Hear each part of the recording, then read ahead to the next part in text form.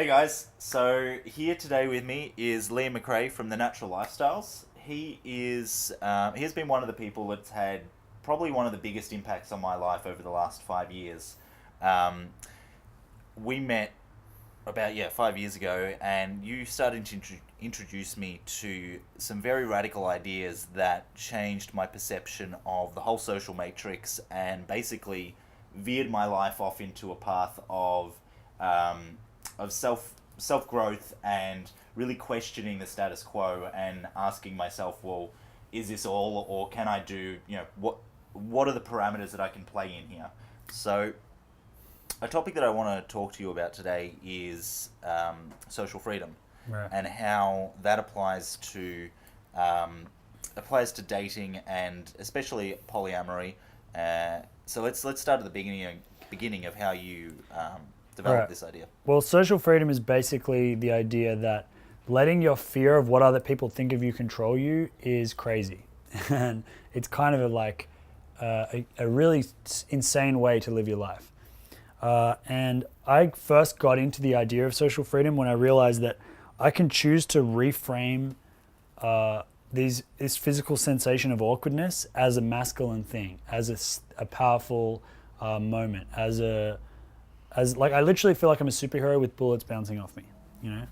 So that's how social freedom began. Most other guys my age were trying to prove they were tough by getting in fights. I was trying to prove to myself that I was tough by getting into awkward situations and then just dealing with it. So But that must have felt like, your insides must have been flipping upside down and... totally, yeah. Physically, it still felt as awkward and cringy as anything. But I was like, learning to deal with awkwardness is a life skill because it's never going away. There's always going to be some uncomfortable moment. Even if you're fucking the president of the United States, you can still knock over someone's plate of food and then be like, oh shit, sorry, So yeah, I kind of realized like learning to deal with that is vital. And so in my job as a dating coach, I teach people how to overcome their social fears all the time, because the most simple one is the fear of what strangers think of you. That stops so many men from interacting with people. They see a girl at the bus stop, they want to say hi. Oh no, that other guy at the bus stop's going to think I'm weird.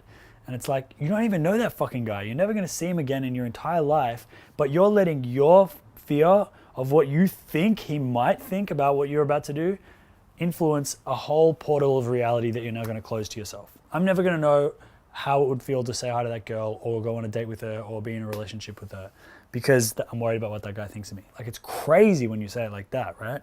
It really is. But that's the choice that people make every day. They let that fear control their actions. Mm-hmm. So, I think I've said this before in other videos. My biggest inspiration came from seeing this crazy homeless guy acting like a maniac on the train and singing and dancing and yelling, and everyone was judging him, and I thought, I could be like that.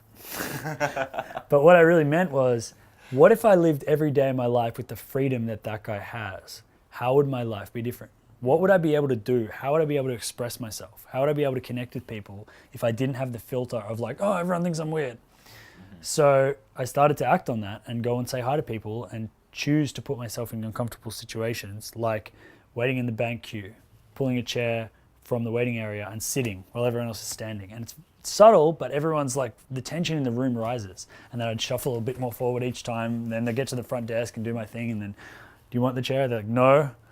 So little things like that train you to be okay with people judging you. Because that's never going away. That's a fact of life that people aren't going to like you. They're going to think you're a fucking loser. They're going to think you're weird. They're going to think you're a freak. And so my version of like being cool is being okay with people seeing you as being uncool. That's what gives you the most freedom to be who you want to be, because you're not filtering through what you expect other people to think of you. And the thing is, the flip side of that is you're always going to be afraid of what people think of you, and you're always going to be aware of their judgment. So the question is, okay, I'm going to have that sensation. What am I going to put a priority on? So I see it as, people say like, oh man, Liam, you don't give a fuck. I'm like, no. I give a fuck. I just give a fuck about different things. I care a little bit about the guy at the bus stop judging me, but I care way, way, way more about taking a risk, about going and expressing my masculine intent, about letting that woman know how I feel, about opening that possibility of seeing what our connection would be like if I said hi to her, of proving to myself that I'm the kind of guy who doesn't live in fear. So all of those things are very important to me. And compared to what a total stranger's opinion of me is, which I do care about, but only a little bit, it's very minimal. Yeah. So, yeah. So this idea for me has manifested in some massive ways. So it started with really the forging of this skill in the furnace of, approaching people and not being held back by the fear of strangers. But then when it came to living a polyamorous lifestyle, that I really had to step into this idea of social freedom, because it's incredibly socially unacceptable for a lot of people to be dating multiple people at once. And to be completely open and unashamed about it really makes people go, wait, what the fuck? And especially with my family, because it's so important to be open for me with everybody that I meet. I don't want to hold anything back. So this idea of social freedom has spiraled bigger than that to being able to express all of my weirdness to my family and to be accepted. To realize that, yes, while their opinions matter, my happiness matters a lot more than just other people's opinions. And a lot of people do live their entire life doing what they think their family wants them to do. And even if their family gets what they want, it's like, what's the benefit of that? You don't really get any praise or reward for being the good boy who does what he's told. Yeah. Like, you just get to sit in your little box and just be that. Yep. And so a lot of what guys come to me for is realizing I've lived my whole life doing what other people want me to do. Now I want to do what I want to do. And that's exactly what I'm all about. Polyamory and lifestyle design. So then I took that idea and applied that to my life. And now I travel the world filming for a living. And if I had again, listened to my parents, I would be a teacher, or I would just be working a normal job. But I was like, no, screw that. Somebody has to be doing this. So it's going to be me. I found that was a really useful principle that can apply on a much larger scale, because I found, especially when it comes to these alternative ideas, so much of society prescribes just the stock standard status quo life. And if you don't question this stuff, if you don't, live by this idea of social freedom, you're a slave to the status quo, and you're a slave to what society wants of you. Exactly. So one thing that I've used in this, from this idea, is the idea of reframing as well. And you use it in social freedom because you've got to reframe this awkward energy within yourself. So let's delve into the idea of what is reframing to begin with, and then how does that apply to social freedom, and then I'll jump in a little bit. Well, reframing is basically the idea that you choose how you interpret your experiences, and you choose the meaning and the story that you put on them. So for most people, approaching a woman on the street, getting brutally rejected, and her laughing at you and saying, fuck off, you little dick loser, that story is like, I'm a loser. Whereas if I experience that, I choose to create the story that I'm a man who's going after what he wants, and that I'm choosing to put myself in uncomfortable situations to get stronger, then that becomes part of my warrior story about how I'm going into battle and increasing my strength and multiplying my ability to deal with those situations in the future. So it's the exact same experience, but the way that I react to it is based off a totally different frame. And that's a choice that we make every day. We choose how we want to interpret something. So yeah, I'm constantly doing that, even in totally absurd ways. Like when I was in New York, I lost my wallet, and there was like $300 in it. And I thought, well, maybe the person who stole it is going to go and get on a wild bender, get totally high and drunk, have unprotected sex, and then maybe that baby will be the baby that grows up to cure cancer. And so I just created that whole portal of reality. Now that's insane to think that, right? It's crazy, but it's equally crazy to get so stressed about something so small and make a huge story out of it. Yes. And so that's the thing. You're already living in a delusion. Like everything you think is just a story that you're telling yourself, and you're putting it through certain filters from your experience and your culture and everything. So you might as well choose one that's powerful. And that's the thing, that me going up and going, hi, I thought you were cute, and then the girl going, fuck off, you loser, and me walking off, like, I could interpret that in a million different ways. Yeah. But I choose to interpret that in the lens of me being a warrior. And some people say it's a delusion, but I say it's also delusional to say, oh, that makes me a loser. I'm like, why? Because someone didn't want to talk to you for 5 seconds? You're going to base your entire identity off that? Like, that's equally as crazy. Pick the positive delusion. It really is. So yeah, this reminds me a lot of the victim mentality, the victim creator mentality. And this is really how you step out of the victim mentality and into the creator, is realizing that all of these external factors aren't the causes of your emotions. Your emotions are, they are the cause of the physical sensation, but the story that you attach to it is totally up to you. And that's how you step into the creator role. And that's what you need to do if you're going to go down this path of lifestyle design and personal growth. Totally. So, stepping forward a little bit, last year you went to Vipassana. It wasn't last year, it was ages ago. 2 years? 2 years ago. Three. Anyway, so you went to Vipassana. And you had this realization when you were sitting there that went on to influence the whole of that next summer. Yeah. So let's delve into that a little bit. Right. Well, so Vipassana is a 10-day silent meditation. So I talk a lot, and you're not allowed to talk for 10 days. So it was a real challenge. And the thing about being there is that because you can't do anything, you can't look at your phone, you can't look at TV, you can't look at books, you just have to sit with your own mind and see what comes up. And of course, I got all kinds of negative stuff coming up.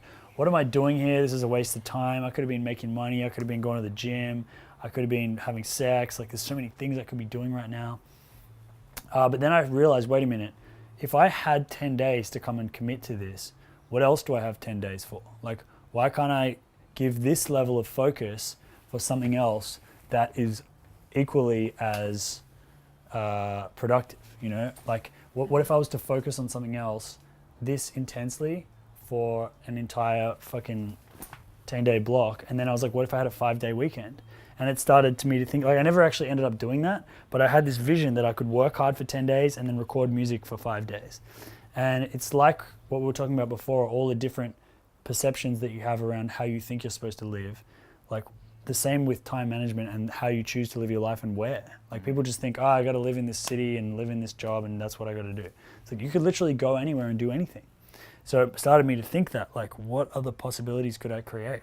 And then for the next 2 years, I ended up living 9 months of crazy partying and sex in Europe and coaching and making money and productivity and making videos and stuff. And then 3 months of like a kind of retreat in Australia where I was just focusing on recording music and going to the gym.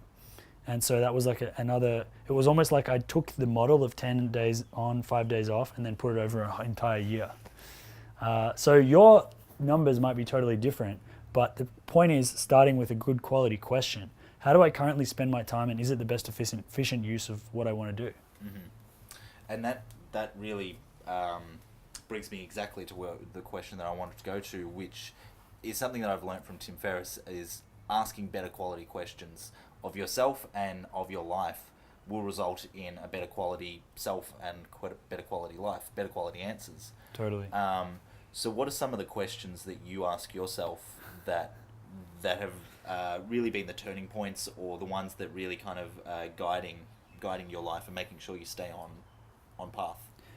Well, people often get confused when I say this. So maybe I'll say the soft version first.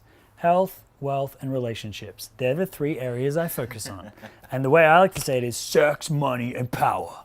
Because it's really the same thing, right? Health is power, wealth is money, and relationships is sex. So sex, money, and power is, I actually think of this as like the SMP philosophy. And I look at those 3 things can encapsulate so many things that are important to me that go beyond just fucking dollars or control. So sex can be enjoying a beautiful meal. Sex can be dancing. Sex can be looking at a sunset and going, holy shit, that is so beautiful. It can be listening to beautiful music. It's anything that's sensually stimulating and actually like pleasurable, like enjoying the pleasure of being alive. And so many people just grind and they don't focus on actually like stopping to smell the roses, so to speak. And so that's like a choice you have to make, is like realizing like, is what I'm doing actually bringing pleasure into my life? So that's the first thing. Then money can mean like, you know, making cold hard cash, but it can also mean, and that's the reason people get so triggered when I say sex, money, power, because they think Wolf of Wall Street, you know, powerful boss telling everyone what to do, has all this money, ripping people off, dodgy scams, and then, you know, having sex, cheating on his wife with hookers and whatever. But that doesn't have to be true. You can have a positive relationship with health, wealth, and relationships. So for money can mean, you know, creating wealth. And you know, you said it really good before. What were you saying about the value in that you create? Yeah, so the way that I reframe wealth and money is that it's the value that you're getting. So your example was, you know, the people like to say that the Buddha rejected money, but no, he didn't. He had all these temples built for him. He had hundreds of thousands of followers. He was giving so much value, and in return, he was getting a love and respect, and that is just a trade of value. Different currencies. It's it's just a different type of currency that you're using, and if you have this idea that money is bad and you know, money is evil, the root of all evil, then you're not going to be able to accumulate enough wealth to make enough change in the world, really. Exactly. Because you will be scared of giving your value because you think it'll corrupt yourself, and not, you know, you won't be able to give this pure value. But look at people like Elon Musk, look at people like, you know, Peter Diamandis. You know, they're not all tyrants that are trying to kill everybody. You know, you can create wealth and positive change in the world at the same time. Exactly. And so recognizing, like, does this make me money, or does this give me a currency, for example, time or a skill, you know, like, so that's what the money part is. And then power can be power, you know, like, and control can be being a boss, but it can also be the power to be yourself. It can be physical strength. And like, that's why health is power, because even something as simple as eating good food for me is like the sex, money, power, because it's literally the power that you use. It's the fuel that powers your spaceship, which is your body. It can be getting strong physically and going to the gym. Like that's power to me, you know. Just being healthy and being able to live, you know, the power to not die of fucking liver failure because you're drinking every day. But it can also be emotional power, you know, the power to be strong for someone else when they're feeling weak, to be able to be a strong leader and to inspire people and see something in them that they don't see in themselves. To use, you know, to implement social freedom and to, you know, not buckle under the face of fear and do what you want in regard. Stick you know, to your truth in the face of fear. Exactly. So yeah, I'm always asking myself, is what I'm doing today related to me creating sex, money, or power for myself? And if not, then it's like, then I don't want to do it. Yeah. And so another example that I have, which is like Triple J, the radio station here, they have like 1.4 million listeners. And they called me up and they said, this was when I was in my really hardcore phase of going to the gym every day. And they said, can you come on our radio show? We're doing a segment on dating. And does it get me sex? No. Does it make me money? No. We found out that even though they have 1.4 million listeners, because it's such a diverse group of people, it's not niche targeted marketing. Not a single person signed up or even bought my book after I went on the radio show multiple times. Whereas I get YouTube videos that have, some of them only have 1,000 or 2,000 views. And out of that, we make thousands and thousands of dollars.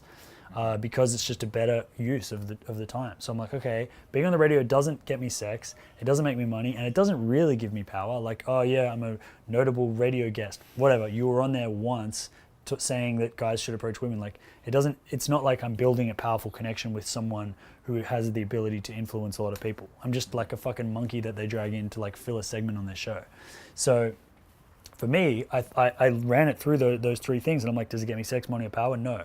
I'm going to go to the gym and lift weights. I'm not going to go on this fucking radio show. Like, it would have been fun. That's the thing. It doesn't, like, it would have been a little ego boost. But when you're really focused on what you want to bring into your life in the long term, you just realize, like, okay, that's a fun, playful distraction from the things that are actually going to give me long-term pleasure.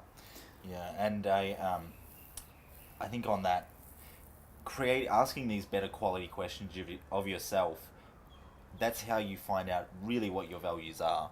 And knowing your values, then you can set your boundaries. Because without knowing your values and asking these quality questions of yourself, you're just a a flag in the wind. You're going to be blown around by whatever life throws at you and comes your way. And when you can set that firm boundary, and this is really important in polyamory again. You really need to know what your values are around love and sex and open love. Because if you don't really do the work, then you can't set those boundaries, those clear boundaries, and then it gets messy again. So let's tie asking the better quality questions of your life and asking, lifting the veil of social freedom. Why are these two things so super important when it comes to creating a lifestyle for yourself that is what you want? Whoa, that's a big question. I guess it's because if you don't do them, you're just going to be living someone else's story. You're just going to be acting out in the things that you think you're supposed to do. If you never actually explore what's important to me, what do I actually want to create, then you're going to be like influenced by what other people think you should do, and you're just going to be stuck in that, in that bubble.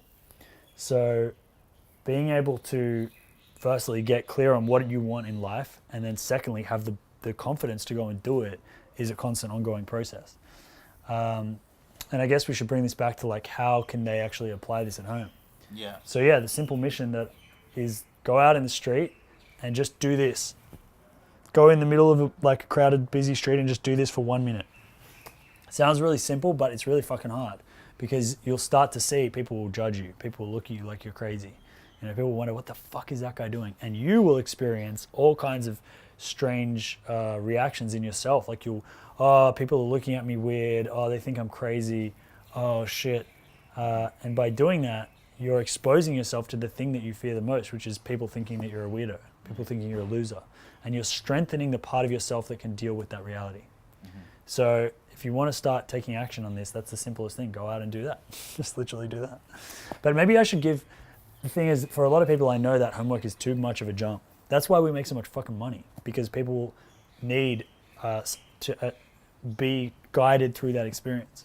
They need someone who can show them the way. And I know the same thing because I've done the same with sales and marketing and with gym. I go and pay thousands of dollars to someone who can guide me and be a mentor because I know that I'm going to struggle alone. So maybe that's too big of a jump. If you want to take that jump and have someone guide you through that, come and do one of my live training programs in Europe. But if you want something simple, write down 4 things in your life that you love doing and 4 things that you hate. That's going to be a really powerful starting point when you start to realize, like, what really fucking pisses me off every day? And how could I, in the next 2 years, just slowly remove that from my life?